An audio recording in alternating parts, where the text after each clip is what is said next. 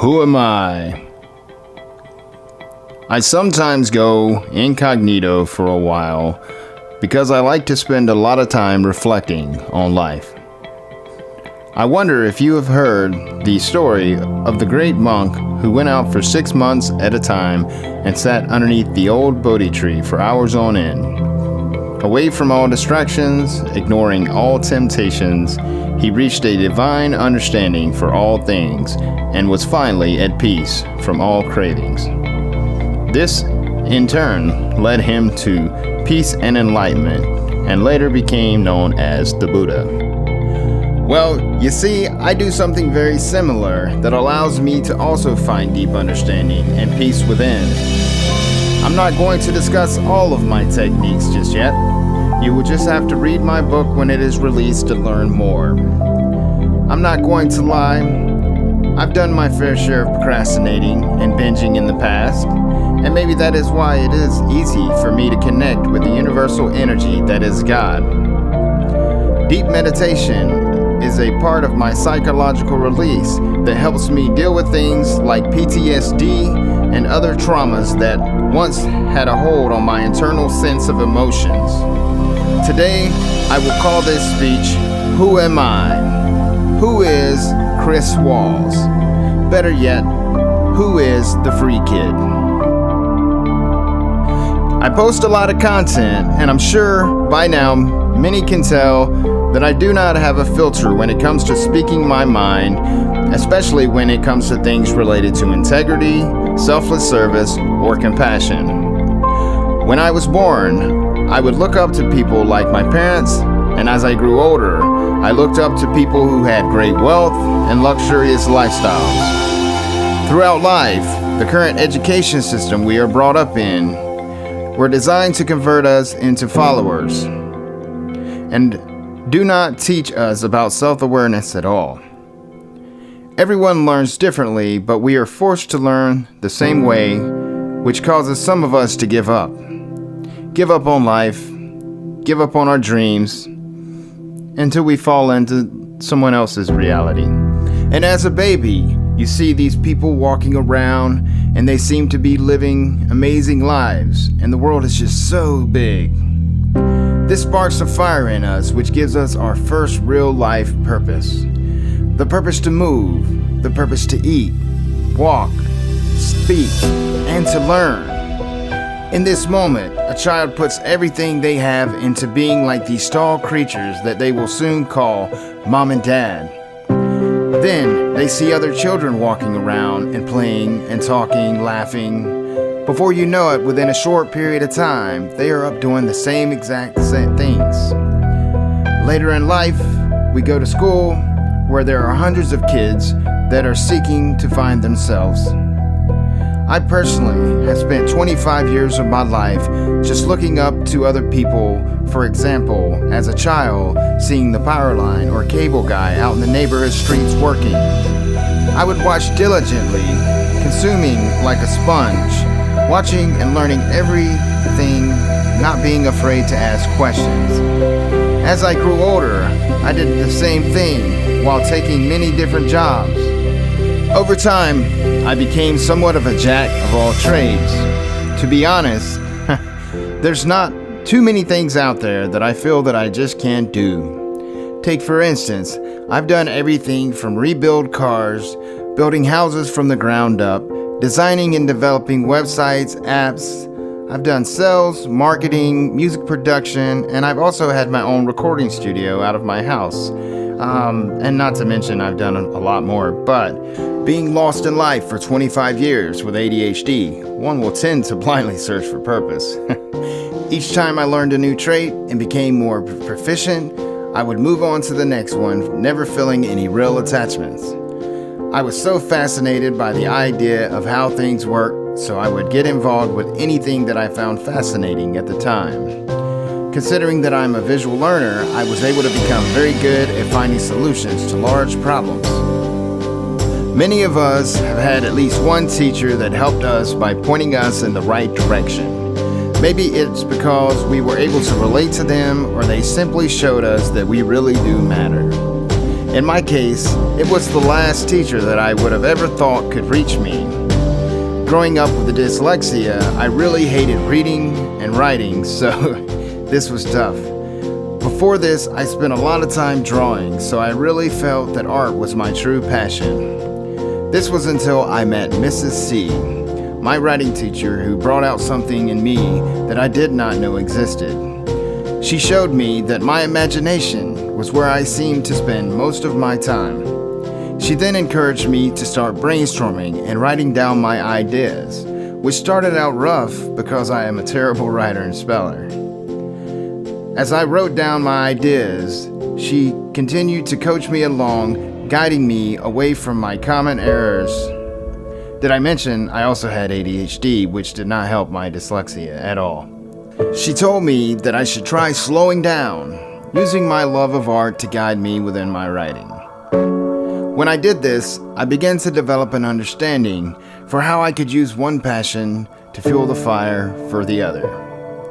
So I started putting my ideas on paper, and before I knew it, my imagination began to flow out in ink. I was allowed to work at a slower rate than everyone else at first, but before long, I was writing some of the best stories in class. And by the end of the year, I was a straight A student and have developed a passion for writing. Let's move a little bit further in life. We start working for a purpose of gathering money for things that we want due to cravings or need to sustain life. My first job was working for a sign and advertisement company building signs. I looked up to the owner of the company, who was also my manager. To have so little and see someone who has conquered many obstacles to start their own business was very inspiring to me. Each day as the years progressed, I thought to myself, I want to one day own my own company. This sparked another fire in me, which caused me to work hard for many years because I knew deep down that my dreams were possible. As time progressed, I learned as much as I could from anyone who was willing to teach me. I began to mirror these people that I wanted to be like, which caused me to develop many bad traits. Over time, I have self-corrected these traits and now only receive positive lessons and characteristics from others, which have made me a servant leader. As we learn to become leaders, so many latch on to this power and allow past tragic events to curb this perception of how a leader is supposed to be.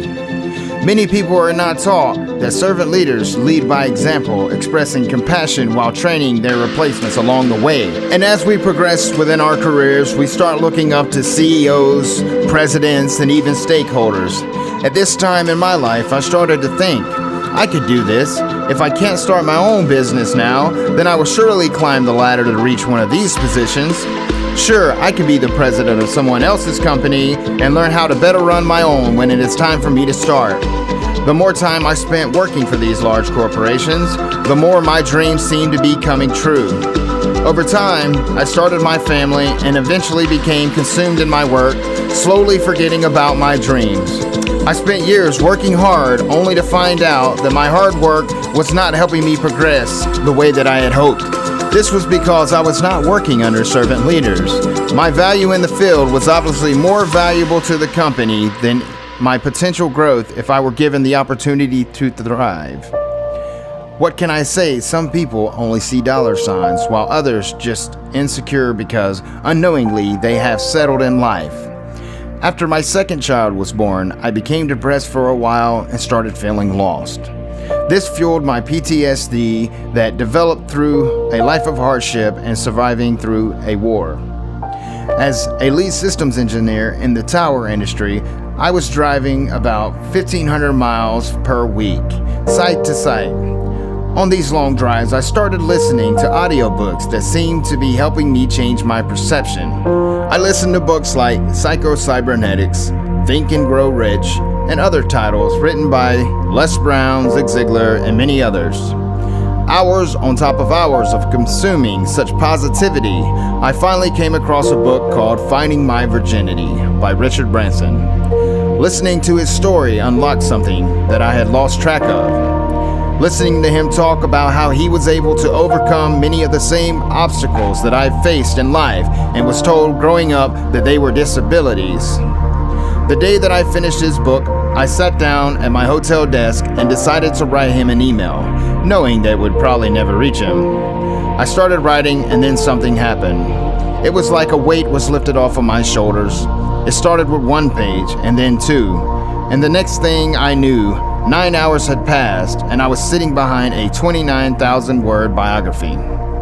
Something about hearing his story woke me up because it really hit home. From that point on, I no longer looked up to presidents or CEOs, let alone managers. I looked up to billionaires that were making real changes in the world that nobody else could achieve unless they had that kind of financial power. I knew at this moment what my purpose in life was.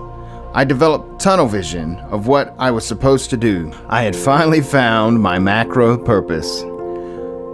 I now had a deep understanding and unfading will to become one of the greats that I had learned to admire. To achieve this, I started designing a plan. I sat down and I wrote all of my passions and goals.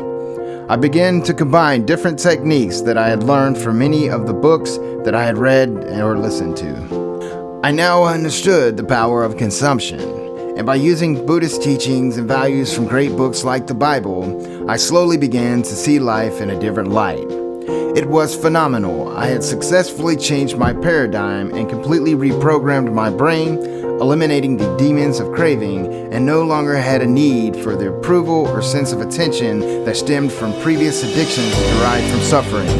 One of the other great books that I consumed was a biography of Einstein, another person that I greatly related to. I noticed that some of the techniques that I was using were also used by many of the great minds of the world and in history. Similar to Einstein and Napoleon Hill, I would toy with my ideas of knowledge and science, design, math, all while in deep meditation.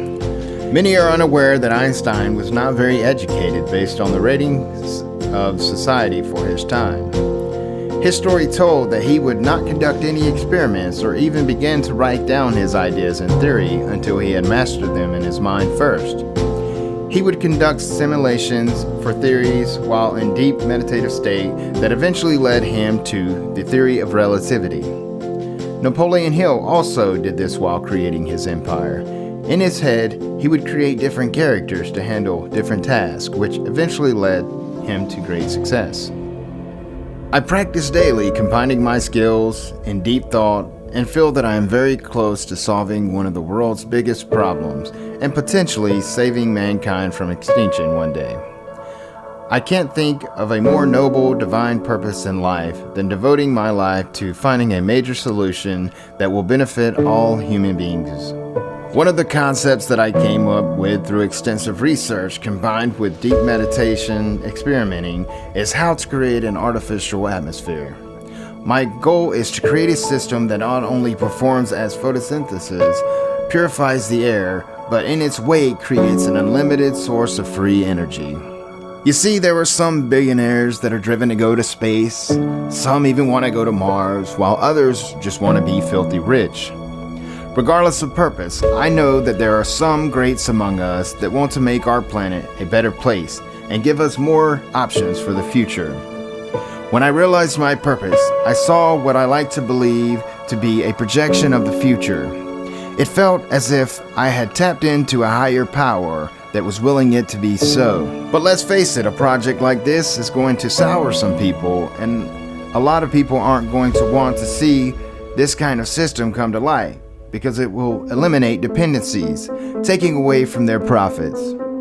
My goal is to find a way to make my idea a reality, and in the progress, not get lost in the ways of the world. I don't have to be an expert in these fields, but I must combine the resources and find the people who are masters at them.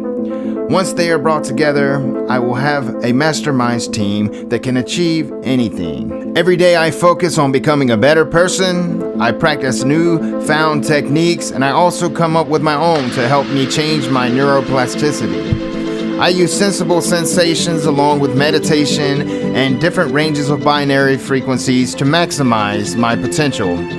I also practice self-discipline, which boosts my willpower, change my diet, and work out as much as possible. Although my passion to achieve my macro goal is like a raging volcano that is destined to erupt with such great force that it will move anything that tries to stop it, including mountains. Mankind has never been able to prevent volcanoes from erupting, so in the same sense, I will let no man stop me from fulfilling my purpose. Coming up, a poor kid from the slums, and superseding all expectations, I find that I am on the right path to greatness. My biggest insecurity is that I am not already a billionaire. Not for the purpose of being extremely wealthy, but so that I can fulfill my purpose. My macro goal will require this kind of financial power to make these everlasting changes to help change the world and make it a better place.